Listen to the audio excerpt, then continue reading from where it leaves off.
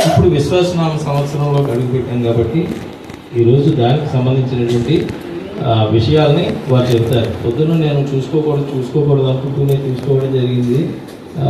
ఆదాయం 8 ఉంది, వ్యయం 14 ఉంది. సో ఇంక ఎక్కువగా బాధపడితే బాధ అక్కడ ఏమి మిగలదనేసి ఆగాను. అయితే మిగిలిన 14లోనూ ఏదో మంచి కార్యక్రమాలు చేస్తాం అన్నమాట మేము. అంతే కదండి, ఆ ఖర్చు అలా వెళ్తున్నాయి, అంతే తప్ప ఆదాయం తగ్గిపోయిందని కాదు. సో అలాంటి విషయాలన్నీ కూడా చెబుతారు. బాధ కలిగించే మనసులో పెట్టుకోకండి, ఆనందపరిచే వాటికి మాత్రం మీరు హ్యాపీగా లేచి దానికి ఏమైనా మళ్ళీ సహాయ సహకారాలు భగవంతుడికో లేకపోతే సమాజానికో అందించే ప్రయత్నం చేయండి. Thank you. అయ్యా మీరు మొదలు పెట్టచ్చు. జ్ఞానానందమయం దేవం నిర్మలస్ఫుటికారుతం ఆధారం సర్వవిద్యానాం హయగ్రీవం ఉపాస్మహే. సభాయ నమః.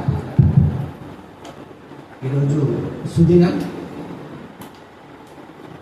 మాతృదేవో భవ, పితృదేవో భవ, ఆచార్య దేవో భవ అని అంటూ ఉంటాం మనం. ఆ ఆచరణ చేయాలి, ఆ మార్గంలో నడవాలి అంటే కనుక మన డాక్టర్ రామ్మనోహర్ గారిని చూసి మనం నడవాలి. ఎందుకోసం అంటే మిత్రలాభంలో ఒక శ్లోకం ఉంది, యదా సత్సంగ సహిత భవిష్యసి యదా అసజ్జన గోష్ఠీషు పతిష్యసి. సత్పురుషుల యొక్క సహవాసంతో నడిచినట్లయితే ఆ నడిచినటువంటి వ్యక్తి సత్పురుషుడు అవుతాడు. ఆయన్ని అనుసరించేటువంటి వ్యక్తులు కూడా సత్పురుషులే అవుతారు. యదా అసజ్జన గోష్ఠీషు పతిష్యసి. దుర్మార్గులతోటి కనుక నడిచినట్లయితే వాడు దుర్మార్గుడే అవుతాడు. భవిష్యత్తులో వాడిని అనుసరించినటువంటి వాళ్ళు దుర్మార్గులే అవుతారు. రామ్మనోహర్ గారు వాళ్ళ నాన్నగారి యొక్క ఆదర్శాన్ని, అలాగే హోమియోపతి డాక్టర్ గారు అయినటువంటి వాళ్ళ గురువు ఆయన యొక్క మార్గంలోనూ, ఆయనకి సంబంధం లేనటువంటి గురువుగా స్వీకరించినటువంటి, అలాగే నా పెద్ద కొడుకు అని చెప్పించుకునేటువంటి మా గురువు గారైన భద్ర కృష్ణశాస్త్రి గారు, ఆయన్ని పెద్ద కొడుకుగా ఇప్పుడు కూడా చెబుతూ ఉండేవారైనా నా పెద్ద కొడుకు అని చెప్పని అంటూ ఉండేవారు. వాళ్ళిద్దరి పిల్లల విషయం ఎలా ఉన్నప్పటికీ కూడా ఇక్కడ నా గొప్ప కూడా చెప్పుకోవాలి. ఆయన్ని పెద్ద కొడుకుగా చెప్తే నన్ను ఎక్కడికైనా తీసుకువెళ్తే నా దత్తపుత్రుడు అని చెప్పని అంటూ ఉండేవారు. అంటే అలాంటి వాళ్ళతోటి మనం సహవాసం చేసినట్లయితే కనుక అది ఏ కోణంలోంచి మనం పక్కకి జారిపోకుండా అది అనుసరణ చేసినట్లయితే 10 మంది యొక్క సహకారం మనకు లభిస్తుంది. మన కూడా ఉండేటువంటి వాళ్ళు కూడా మంచి మార్గంలోకి నడవడం అనేటువంటిది జరుగుతుంది. అలాగే మనందరినీ పరిచయం చేసినటువంటి వ్యక్తి ఇప్పుడే మనసులో అనిపించింది, నెక్స్ట్ ఇయర్ ఉగాది పంచాంగ శ్రవణ ఆయన చేస్తే ఎలా ఉంటుంది. ఎందుకోసం అంటే దానికి ఒక మాట ఉంది, ఒక శ్లోకం.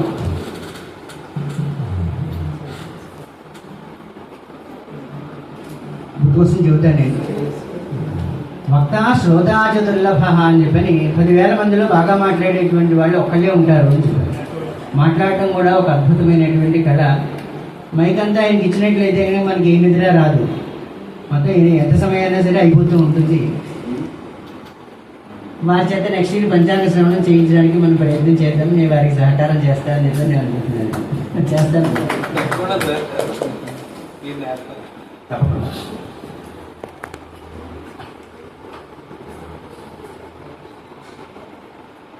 ఈరోజు యుగాది, ప్రభవాది 60 సంవత్సరములలో 39వ సంవత్సరమైనటువంటిది విశ్వావసు నామ సంవత్సరము. విశ్వావసు నామ సంవత్సరానికి అర్థం ఏం చెప్పాలంటే చాలా రకములైనటువంటి అర్థాలు ఉన్నాయి. కానీ ప్రపంచవ్యాప్తి అయినటువంటి శ్రీ మహావిష్ణువుని అర్థంగా మనం తీసుకోవచ్చు. ఈ సంవత్సరం పంచాంగంలో ఉండేటువంటి అంశములు ఏమిటి, అలాగే మనకు కావాల్సినటువంటి ఆదాయ వ్యయములు కొంతమంది ఆల్రెడీ చూసేసుకున్నారు, మనకి ప్రజలు కూడా చెప్పడం జరిగింది.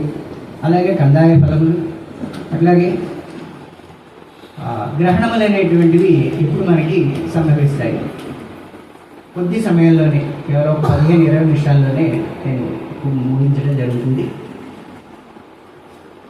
ముందుగా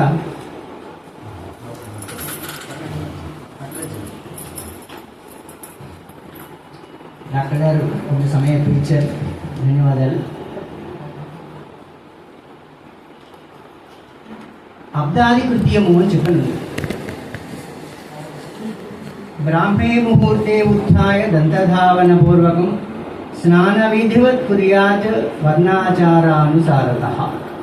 ఈరోజు ఉదయాన్నే తెల్లవారుజామున 4 గంటలకి లేచి దంతధావనాది కార్యక్రమాలన్నీ పూర్తి చేసుకుని స్నానం చేసి, అంటే తలంటు స్నానం చేసి, ఆ తర్వాత దేవతారాధన, పెద్దవాళ్ళందరికీ కూడా నమస్కారం చేసి వాళ్ళ యొక్క ఆశీర్వచనాలు పొంది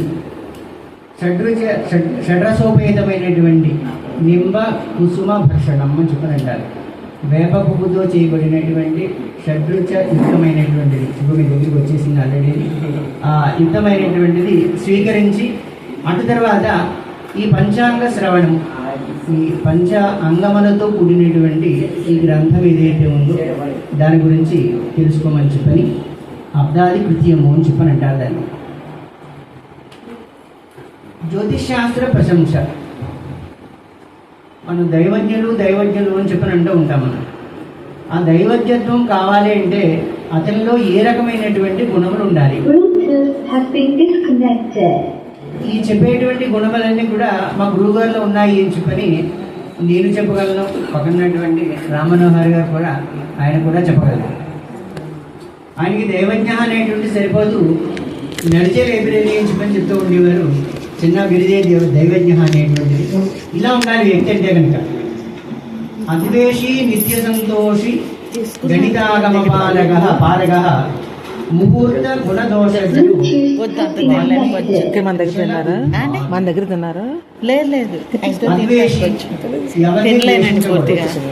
నిత్య సంతోషి, ఎల్లప్పుడూ సంతోషంగా ఉండాలి. గణితాగమ పారగ, గణిత విషయాన్ని అందరినీ కూడా సంపూర్ణంగా తెలుసుకుంటారు. ముహూర్త గుణ దోషజ్ఞ, ఏదైనా ఒక ముహూర్తం ఉన్నట్లయితే దాంట్లో ఉండేటువంటి గుణదోషములు ఏవైతే ఉన్నాయో వాటిలన్నింటినీ పూర్తిగా తెలుసుకుని ఉన్నటువంటి వారు. అలాగే వాగ్మి, మంచి వాచారత్వం కలిగినటువంటి వ్యక్తి ఎవరైతే ఉంటారో అతన్ని దైవజ్ఞుడిగా స్వీకరించాలి అని చెప్పని జ్యోతిషాస్త్ర ప్రశంస. అంటే అద్వేషి నిత్య సంతోషి అంటే మా గురువుగారు ఎప్పుడు అందుకోసం అంటే 1983 సంవత్సరంలో వారి దగ్గర నేను చేరాను. అంతకు ముందుగానే మా డాక్టర్ రామమనోహర్ గారు ఉన్నారు. ఆయన ఎవరిని కూడా ద్వేషించేటువంటి వ్యక్తి కాదు, అలాగే నిత్యము సంతోషంగానే ఉండేటువంటి వాడు ఆయన. నా చిన్నతనంలో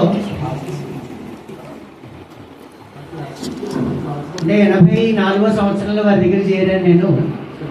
ఎవరైనా వచ్చి ముహూర్తం పెట్టించుకున్నా, లేదంటే కనుక అంటే విషయం వచ్చింది కనుక చెబుతున్నాను నేను, ఆ వ్యక్తిని మనం చూసాం కనుక చెప్పుకోవాలి. ముహూర్తం పెట్టించుకుని వెళ్తే కనుక వాళ్ళు ఒక 2 అరటిపళ్ళు ఇచ్చినా, ఒక 2 డజన్ అరటిపళ్ళు ఇచ్చినా కానీ, లేదంటే కనుక ఏదో రూపాయి పెట్టినా కానీ ఆయన ఏమనేవారు కాదు. కానీ ఏదో నాకేదో తెలియదు అని చెప్పని అనుకుంటే నేను 24 గంటల్లో 23 గంటలు వాళ్ళ ఇంట్లో ఉండేవాడిని. అంటే వాళ్ళ ఇంటికి ఒక 4 ఇళ్ళే మా ఇల్లు. ఎప్పుడు ఎవరు వచ్చి ఏమి అడిగినా ఏం చేసినా కానీ దానికి ఇంత అనేటువంటిది ఎప్పుడు ఆయన అడగలేదు, ఎవరిని ద్వేషించలేదు, నిత్యం సంతోషంగానే ఉంటూ ఉండేవారు. ఆ దైవజ్ఞత్వం అనేటువంటిది ఆయనకే లభిస్తుంది. కాదని చెప్పాలి. ఇది దైవజ్ఞుల యొక్క లక్షణం. ఇంకా నక్షత్ర సూచి లక్షణం అంటే ఎవరిని మనం నమ్మకూడదు ఉంచుకుని. అవిదిత్వైవ యశాస్త్రం దైవజ్ఞత్వం ప్రపద్యతే స పంక్తి దూషక పాపే జ్ఞేయో నక్షత్ర సూచక అని. ఏ శాస్త్రమో తెలుసుకోకుండా నేను చాలా గొప్పవాడిని, నాలోనే దైవజ్ఞుడు అని చెప్పినట్లయితే దైవం జానాదీతి దైవజ్ఞ అని చెప్పారు. అంటే ఏ శాస్త్రం అయితే చదువుతాడో ఆ శాస్త్రం అంతా కూడా సంపూర్ణంగా తెలిసినటువంటి వాడు అని చెప్పాలి. ఏమీ తెలుసుకోకుండా నేనే దైవజ్ఞుణ్ణి అని చెప్పుకున్నట్లయితే కనుక ఆ వ్యక్తి పంక్తి దూషక, అంటే ఇలా ఈ ప్రదేశంలో కూర్చోడానికి అర్హత అనేటువంటిది లేదు. తర్వాత పాపేజ్ఞేయో నక్షత్ర సూచక, వాడు నక్షత్రములు అనేటువంటివి కూడా తెలుసుకోకుండా నేనే గొప్పవాడిని అని చెప్పని చూద్దాడు కనుక పాపం అనేటువంటిది ఏర్పడుతుంది అని చెప్పని నక్షత్ర సూచి యొక్క లక్షణం. ఇంకా పంచాంగ విషయం దగ్గరికి వచ్చేప్పటికీ పంచ అంగములు అందరికీ తెలుసున్నటువంటివే. తిథి, వార, నక్షత్ర, యోగ, కరణములు, ఈ 5 కూడా. ఈ 5 నిమిడి ఉంటుంది ఈ పంచాంగము ఈ పుస్తకం అంతా కూడా. ఈ 5 అవయవముల వలన మనకి వచ్చే ప్రయోజనం ఏమిటి? తిథేశ్చ శ్రియమాప్నోతి, వారాద్ ఆయుష్యవర్ధనం, నక్షత్రాద్ హరదే పాపం, యోగాద్ రోగ వినాశనం, కరణాద్ కార్యసిద్ధి స్యాత్, పంచాంగ ఫలముత్తమం, ఏతేషాం శ్రవణాన్ నిత్యం గంగా స్నాన ఫలం లభ్యతే. తిథిని తెలుసుకున్నట్లయితే సంపద అనేటువంటిది కలుగుతుంది. వారం తెలుసుకుంటే ఆయుర్దాయం పెరుగుతుంది. నక్షత్రాద హరతే పాపం, నక్షత్రం గురించి తెలుసుకుంటే మనం చేసినటువంటి పాపం నశిస్తుంది. యోగాద రోగ వినాశనం, యోగం తెలుసుకుంటే రోగం అనేది నశిస్తుంది. కరణాది కార్యసిద్ధి స్యాత్, కరణం తెలుసుకుంటే మనం ఆ రోజు చేయబోయేటువంటి పని ఏదైతే ఉందో దానికి సాఫల్యత అనేటువంటిది కలుగుతుంది. ఇది పంచాంగ లక్షణం. ఇది రోజు విన్నా లేదా రోజు చదివినప్పుడు కూడా మనకి వచ్చేటువంటి ఫలితం గంగా స్నాన ఫలం లభ్యతే. ప్రతిరోజు కూడా తిథి మనం చదివినట్లయితే పక్కనే గోదావరి ఉన్నప్పుడు కూడా మనం స్నానానికి ఎప్పుడో పర్వదినంలోనే వెళ్తాం, కానీ రోజు వెళ్ళడం అనేటువంటిది జరగదు. ఈ తిథిని రోజు చదివినట్లయితే గంగా స్నానం చేసినంత ఫలితం మనకి తప్పకుండా లభిస్తుంది. ఈ విశ్వావసు నామ సంవత్సరంలో నవనాయకుల యొక్క నిర్ణయం. మనకి ఈ సంవత్సరము రాజు రవయ్యాడు, మంత్రి గురుడు, సైన్యాధిపతి బుధుడు, సస్యాధిపతి శని, ధాన్యాధిపతి శుక్రుడు, అర్ఘాధిపతి బుధుడు, మేఘాధిపతి బుధుడు, రసాధిపతి కుజుడు, నీరసాధిపతి రవి. ఇలాగా ఈ సప్తగ్రహములు ఏవైతే ఉన్నాయో ఆ గ్రహముల్లో ఎవరెవరికి ఏ స్థానాలు ఇవ్వడం జరిగింది అనేటువంటి పంచాంగాన్ని అనుసరించుకుని ఇక్కడ మనం తెలుసుకోవడం జరిగింది. ఈ నవనాయకుల యొక్క నిర్ణయంలో ఈ సంవత్సరం ఈ గ్రహాల వల్ల మనకు కలిగేటువంటి ప్రయోజనం ఏంటి, వాటి యొక్క ఫలములు. రాజు రవి ఇవ్వడం చేత రాజులకి పరస్పర శత్రుత్వములు కలుగుతాయి, మేఘములు అధికంగా వర్షిస్తాయి, రాజశస్త్ర అగ్ని భయబాధలు అనేటువంటివి కలుగుతూ ఉంటాయి. మంత్రి గురుడు అవ్వడం చేత అధికమైనటువంటి ధాన్య సంపదలు, అధిక వర్షాలు ఉంటాయి, గోవులు అధికమైనటువంటి పాలిస్తాయి, సూర్యుష్టితో భూమి ఎప్పుడు కూడా సస్యశ్యామలంగా ఉంటుంది, జలం సంపూర్ణంగా ఉంటుంది. అలాగే రాజుల సమరోత్సాహాన్ని చూపించడం జరుగుతుంది, ధాన్యములు పుష్కలంగా ఉంటాయి, క్షేమారోగ్యములు సుభిక్షం అనేటువంటిది కలుగుతుంది, వృక్షములు బాగా ఫలిస్తాయి, అలాగే ఫలాన్ని కూడా ఇవ్వడం అనేది జరుగుతుంది. సైన్యాధిపతి బలం బుధుడు అవ్వడం చేత మేఘములు వాయువులచే చెదరగొట్టబడతాయి, ఎక్కడో ఒక చోట కొద్దిగానే వర్షం కురుస్తూ ఉంటుంది, సస్యాలు అధికంగా పండుతాయి.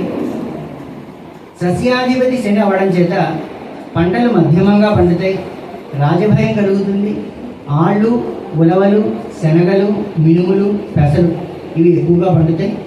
నల్లని ధాన్యములు, అలాగే నల్లని భూమిలో పండినటువంటి పంటలు ఏవైతే ఉన్నాయో వాటి ద్వారా పంట అనేటువంటిది ఎక్కువగానే వస్తుంది.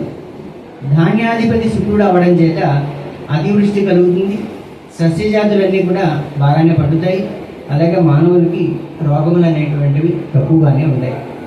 అర్ఘాధిపతి బుధుడు అధికమైనటువంటి వానలు, అలాగే ధరలు, సస్యములు ఎక్కువగానే ఉంటాయి. అలాగే పాషండులు, ఐంద్రజాలికులు వాళ్ళు ఎప్పుడు కూడా వాళ్ళ యొక్క సాంప్రదాయాన్ని చూపించి మనకి ఆనందాన్ని కలిగింపజేస్తూ ఉంటారు. మేఘాధిపతి బుధుడు మేఘ గర్జనలు, పిడుగుపాట్లు, గాలితో కూడినటువంటి వర్షములు ఉంటాయి, మధ్య దేశములందు గొప్ప వర్షం కురుస్తుంది, అలాగే సస్యం మధ్యమంగా ఉంటుంది, వాయువులు మేఘములు ఈ పీడింపబడి వాయువుల చేత మేఘాలు అనేవి పీడింపబడతాయట. రసాధిపతి కుజుడు. జీలకర్ర, ఉప్పు, నెయ్యి, తైలము, బెల్లము మొదలైనటువంటి వాటికి ధరలు చాలా తక్కువగా ఉంటాయి. నీరసాధిపతి రవి అవ్వడం చేత నెయ్యి, నూనెలు, బెల్లము, తేనె మొదలైనటువంటి రసజాతులకి వీటికి కూడా ధరలు కూడా సామాన్యంగానే ఉంటాయి. పురోహితాదుల యొక్క ఫలములు. ఈ నిర్ణయంలో 21 మందిని నిర్ణయంగా చేయడం జరుగుతుంది. అందులో శుభగ్రహాలు కనుక అయినట్లయితే పురోహితాదుల యొక్క ఫలముల్లో శుభాన్ని మనం చెప్పాలి. అలాగే పాపగ్రహాలు కనుక అయినట్లయితే కనుక పాపఫలాన్ని ఇస్తాయి అని చెప్పని నిర్ణయం చేయాలి. ఇక్కడ ఈ సంవత్సరం వర్ష విషయం దగ్గరికి వచ్చేప్పటికీ ఆడకద్వయ వర్ష ప్రమాణం చేత 10 భాగాలు వర్షం కనుక అయినట్లయితే 7 భాగముల వర్షము పర్వతాల మీద కురుస్తుంది. కేవలం 2 భాగములు మాత్రమే భూమి మీద వర్షించడం అనేటువంటిది జరుగుతుంది. సంవత్సర ఫలితం దగ్గరికి వచ్చేప్పటికీ ఈ విశ్వావసునామ సంవత్సరంలో అశ్వాదులకి కీడు కలుగుతుంది. జ్యేష్ఠ ఆషాఢ మాసంలో వర్షం అనేటువంటిది కురవదు. అల్పవృష్టి, అల్ప సస్యములు, విప్రులు అనేక రకములైనటువంటి క్రతువులు చేస్తూ ఉంటారు.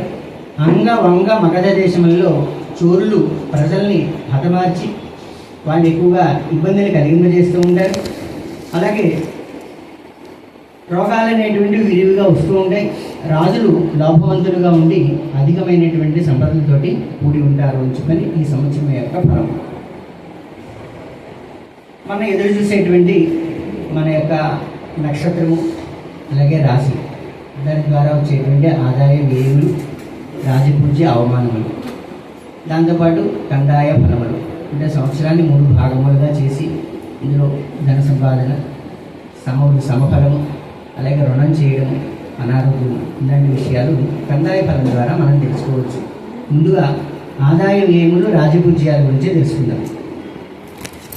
మేషరాశి వారికి ఆదాయం 2, వ్యయం 14, రాజపూజ్యం 5, అవమానం 7. నేను ప్రత్యేకంగా చెప్పక్కర్లేదు. అవమానం అనేటువంటిది 7 ఉంది, రాజపూజ్యం 5 ఉంది, ఆదాయం 2 ఉంది, వ్యయం 14 ఉంది.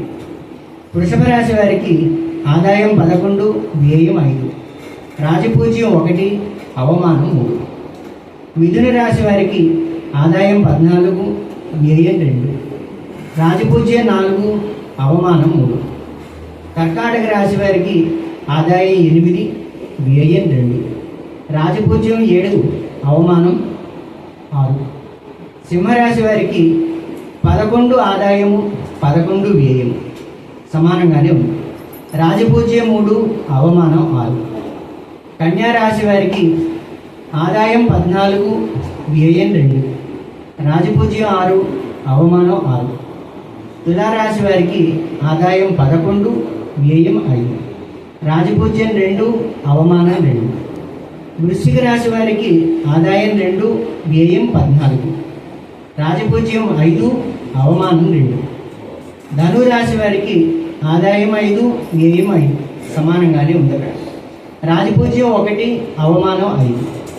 మకర రాశి వారికి ఆదాయం 8, వ్యయం 14, రాజపూజ్యం 4, అవమానం 5. కుంభరాశి వారికి ఆదాయం 8, వ్యయం 14, రాజపూజ్యం 7, అవమానం 1. వీరికి చాలా బాగుంది.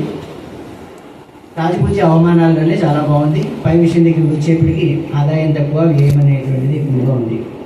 మీనరాశి వారికి 5 ఆదాయము, 5 వ్యయము, రాజపూజ్యం 3, అవమానం 1. ఇది ఆదాయం వ్యయం.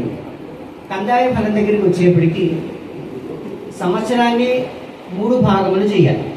మొదటి 4 మాసములు, మధ్య 4 మాసములు, చివరి 4 మాసములు. ఇందులో బేసి సంఖ్య వచ్చినట్లయితే ధనలాభం కలుగుతుంది. సరి సంఖ్య వచ్చినట్లయితే సమానమైనటువంటి ఫలితం.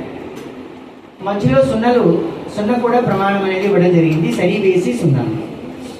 మొదటి 0 వచ్చినట్లయితే అనారోగ్యం కలుగుతుంది. మధ్యలో 0 వస్తే కనుక రుణం అనేటువంటి చేయడం జరుగుతుంది. చివరి 0 వచ్చినట్లయితే సమానమైనటువంటి ఫలితం ఉంటుంది.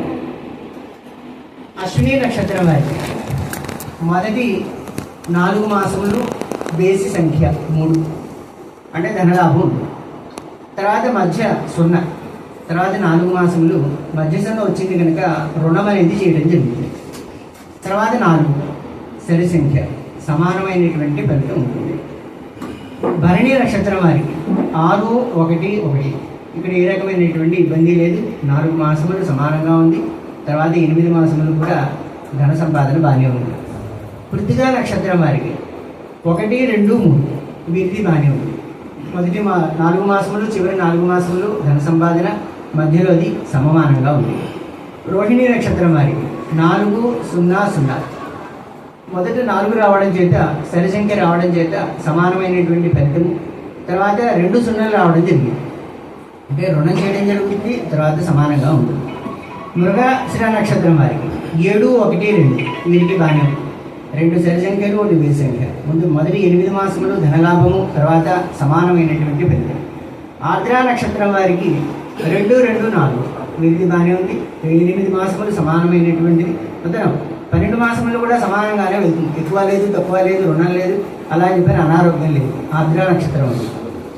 పునర్సు నక్షత్రం వారు 5, 0, 1 మొదటి మాసం 4 మాసములు చివరి 4 మాసములు బాగున్నాయి. మధ్య మాసంలో రుణం చేయడం జరిగింది. పుష్యమి నక్షత్రం వారు 0, 1, 3 మొదట 0 వచ్చింది కనుక వారికి అనారోగ్యం అనేటువంటి చేసింది. పుష్యమి నక్షత్రం వారికి మొదటి 4 మాసములు జాగ్రత్తగా ఉండాలి. తర్వాత 1, 3 సరి సంఖ్య బేసి సంఖ్య వచ్చింది కనుక ధనలాభం అనేటువంటిది బాగానే ఉంటుంది. ఆశ్లేష నక్షత్రం వారికి 3, 2, 0 3 అంటే కనుక బేసి సంఖ్య తెలిసినటువంటి విషయమే. తర్వాత సరి సంఖ్య, తర్వాత 0 సమఫలం. మఖా నక్షత్రం వారికి 6, 0, 2 సమసంఖ్యలు మధ్యలోది మధ్య 0 వచ్చింది కనుక అనారోగ్యం అనేటువంటిది కలుగుతుంది మఖా నక్షత్రం వారికి. ఉపా నక్షత్రము 1, 1, 4 వీరికి ఏ విధమైన ఇబ్బంది లేదు. ధన సంపాదన తర్వాత సమానమైనటువంటి ఫలితం.